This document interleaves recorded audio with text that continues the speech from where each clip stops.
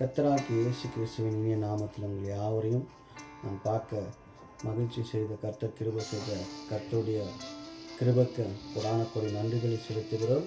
இந்த நாளில் கர்த்தருடைய வார்த்தை என்னவென்றால், யோவான் எழுதின சுவிசேஷம் 8ஆம் அதிகாரம் 32வது வசனத்தில் விதமாய் கூறுகிறது, சத்தியம் நீர் அறிவீர்கள், சத்தியம் உங்களை விடுதலையாக்கும். இயேசுவின் நாமத்தில் இந்த வார்த்தை எதுக்கு கொடுக்குறாருன்னா, இந்த காலகட்டத்தில் சத்தியம் இல்லாதபடிக்கு திரிகிற எத்தனையோ ஜனங்கள், எத்தனையோ பாவமான விஷயத்தில் கேட்கப்படுகிற விஷயங்கள், பார்க்கப்படுகிற விஷயங்கள் எல்லாமே கர்த்தருக்கு விரோதமாய் பயன்படுகிற எல்லா ஜனத்தையும் பார்த்து சொல்லுகிறார்கள், நீர் என்னை அறிவீர்களானால் நான் உங்களை விடுதலையாக்குவேன்.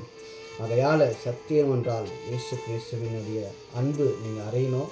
இயேசு உங்களை விடுதலையாக்குவார். அதிலிருந்து, அந்த பாவத்திலிருந்து, இச்சத்திலிருந்து, கஷ்டத்திலிருந்து உங்களை வெளியே கொண்டு வந்து இயேசு மனமகிழ்ச்சியாய் வாழலாம். அவர் இன்னும் இந்த நாளில் கஷ்டப்பட்டு, இந்த நாளில் நமக்கு எல்லாமே ஒரு வார்த்தையாய் நம்ம கையில் கொடுத்திருக்கிற வசத்து நிமித்தமாய் இயேசு உங்களை நேசிப்பாராக. உங்கள் யாவருக்கும் நாங்கள் ஜெபிக்க போகிறோம். எல்லாம் கண்களை மூடி நம்ம ஜெபிக்கலாம். எங்களை நேசிக்கிற நல்ல பிதாவே, இந்த நல்ல நாளுக்காக நன்றியோடு ஸ்தோத்திரிக்கிறோம், துதிக்கிறோம் தகப்பனே. இந்த நாளில் கூட ராட்சசப்பா, எத்தனையோ கஷ்டத்தில் இருக்கிற அப்பா, துக்கத்தில் இருக்கிற, கண்ணீரில் இருக்கிற எல்லாரையும் ஆண்டவரே என்னை தப்பித்து விடுவித்து காத்துக்கொள்ளுங்க.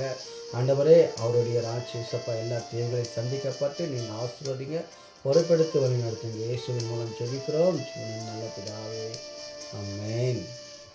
Praise the Lord.